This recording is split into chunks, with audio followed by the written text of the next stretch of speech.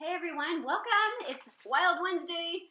Okay, so I want to talk to you today about how amazing you've been doing, and I love that everybody is being so active in our group. That is such a great, motivating gesture on your behalf. So I really appreciate it, and I embrace everything that you've been posting. So keep up the good work. Now, I want to talk to you about the first 3 painful days of this life change. So, I don't know exactly how you've been feeling, but I'm going to tell you how I've been feeling and what I have seen in my career that happens between the 3rd and the 5th day of starting a new clean eating program. So, I hurt. I'm puffy. See these? I'm like super puffy. You should see my stomach is like out to here. My joints hurt. I get super inflamed. And the reason that happens is because I just ate a bunch of junk food over the weekend. I was doing really, really good on my 21-day healthy eating. I was doing hammer and chisel, but with the 21-day fix extreme meal planning portion control. And so I was doing very well, and I took off a good week of just not eating whatever, but not being as mindful, and definitely going in for cupcakes and Girl Scout cookies. My downfall is dessert. I love all that good, yummy stuff, but I know it's so bad for me. The carbs and the sugars just are rejected so bad by my body that when I do start eating, hurts everything. My neck, everything's super inflamed, and that's because I'm not fueling my body with good food. I'm dumping trash into my system, and that's how we have to kind of look at the way it is. I mean, we eat for fuel. It's like giving your car, premium gasoline over just regular from the, low grade gas station. It really does matter. So here is what in the first few days happens.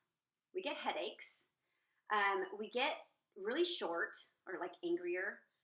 Maybe we start yelling at our children if we have kids. If we don't have kids, we're just like kind of annoyed all the time.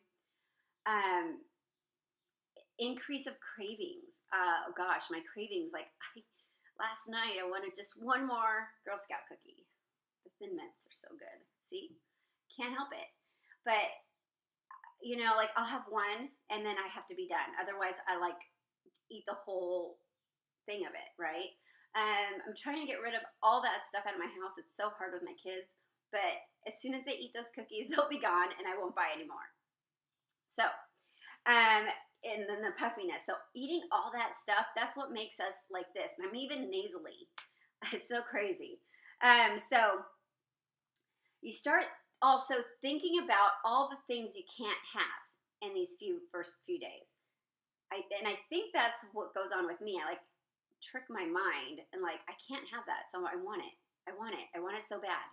I can't have those cookies, but I gotta have it. And then I'm sitting down at work and I'm like, gosh, I'm so hungry all of a sudden, which I'm really not, right? So a lot of it is habit, and a lot of it is just your mind's just started going about the things you can't have. It's like telling a child or someone, don't do that. Don't touch that. Don't touch that. And what do? They go and touch it, right?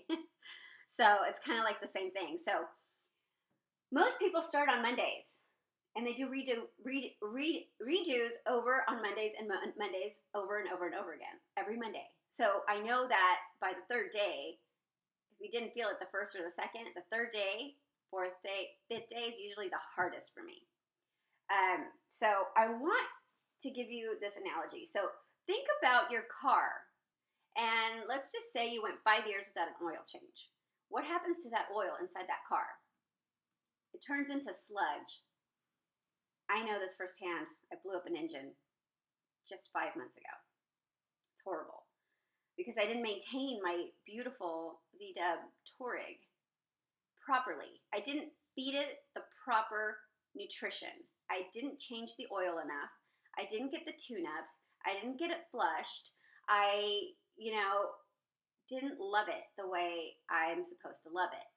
So The same thing happens to us. So what happens when you don't change the oil? That oil turns into sludge, like crazy. The oil pan where the oil is, and it's trying to pump it through all those valves, right? And all the hoses and everything it goes through to get to the engine so that the cylinders are firing, 12 cylinders, 8, 6, whatever you have. I don't know, 4. So they're supposed to fire smoothly so that your car keeps running and it can go on forever. And that's what we do with our bodies.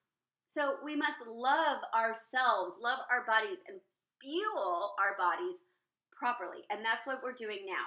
So what happens to our bodies is that it's full of toxins and gunk, just like that sludge I was telling you about in a car. You will blow up a car if you don't change the oil and love it and maintain it and give it the proper nutrition it needs and the proper love and care. You will blow it up. Again, I just blew up a car, a beautiful, beautiful car, very expensive car. I cried because I had it all paid off. It was my baby. That was my dream car. For whatever reason, that was my thing. And I worked so hard for it. I'm a single mom, so it's like for something like that to be accomplished, I was like, yes, awesome possum. So anyway, I learned my lesson. So let's learn our lesson here. Let's fuel our body, get those toxins out of our system. So we're feeling puffy and headaches and angry and short and all that stuff, and our brain's going crazy. The reason is because our body is filled with that sludge. And now that we're eating healthy, we're trying to push that stuff out of our system. So everything is kind of locked up right now. You're getting it out, you're flushing your system, and that's why we hurt. It's the carbs, it's the sugars, it's the bad fats that we've been eating. And we have to get that out of our system. So yes, most of our intestines are backed up, and that's just not cool. Not fun. Your body isn't fueled properly. It's working overtime to push all this stuff out of your system, and that's why we feel like that. So now I'm going to move on to cheats. Does anybody want to cheat? Is your brain telling you, like, eat that, eat that, eat that, eat that? Like the kid who you tell not to go touch that, don't touch it, don't touch it, and he goes and touches it. So it's the same. Like, there's different types of cheats. So there's some people who cannot cheat at all during their 21 days because if they do, they'll just derail. They'll fall off the planet and they'll just blow it. Then there's some people like me where I can actually have one cheat meal and feel awesome. I can feel good and it keeps me going. Okay. But when I cheat, I'm not going to cheat with this humongous overload of something. And I'm not going to cheat from Friday to Sunday night. Just not going to do that because what's going to happen on Monday, Tuesday, Wednesday?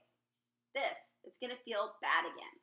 So don't break it. If you want a little bit of cheat, just do a little cheat. One meal out of the week. That's it. Now, binging. If we know we can't have something, we're going to binge. And then we're going to be like, oh, you just won. Not really. And then you just start shoveling, right? So it's better to just love yourself.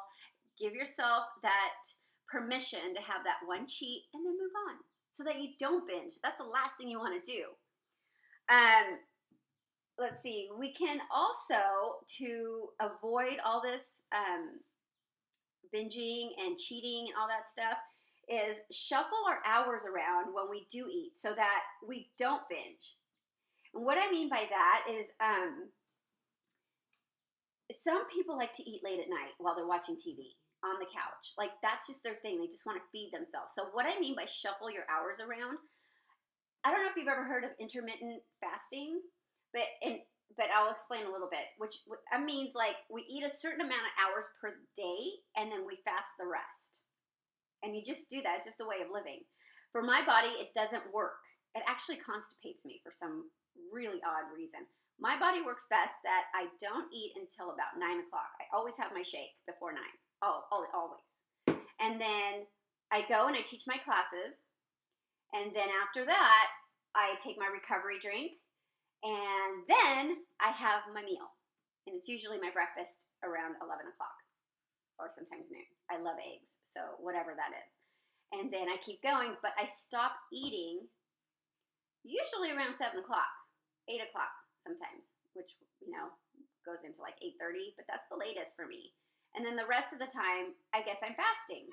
I didn't think about that, but it's not horrible, but it's a good way to shuffle your hours around and still maintain the type of like daily lifestyle that you like to do. So you're not depriving yourself. You still have like that junk TV show that you like to watch and you like to eat at that time. So just try that. If you want more information on intermittent fasting, I have a really good friend who has this freebie electronic book that I could send you. So just let me know if you want that. So now here's your action for today. I want to see a sweaty picture of you. Tell us what workout you did today. We should all be on the same workout day. It's Wednesday, but if you're doing a different program than 21 Day Fix or 21 Day Fix Extreme, just let us know what you're doing. Post a sweaty picture of you and tell me one awesome thing about you today. Just one awesome thing. I can't wait to hear it. All right, talk to you soon. Bye.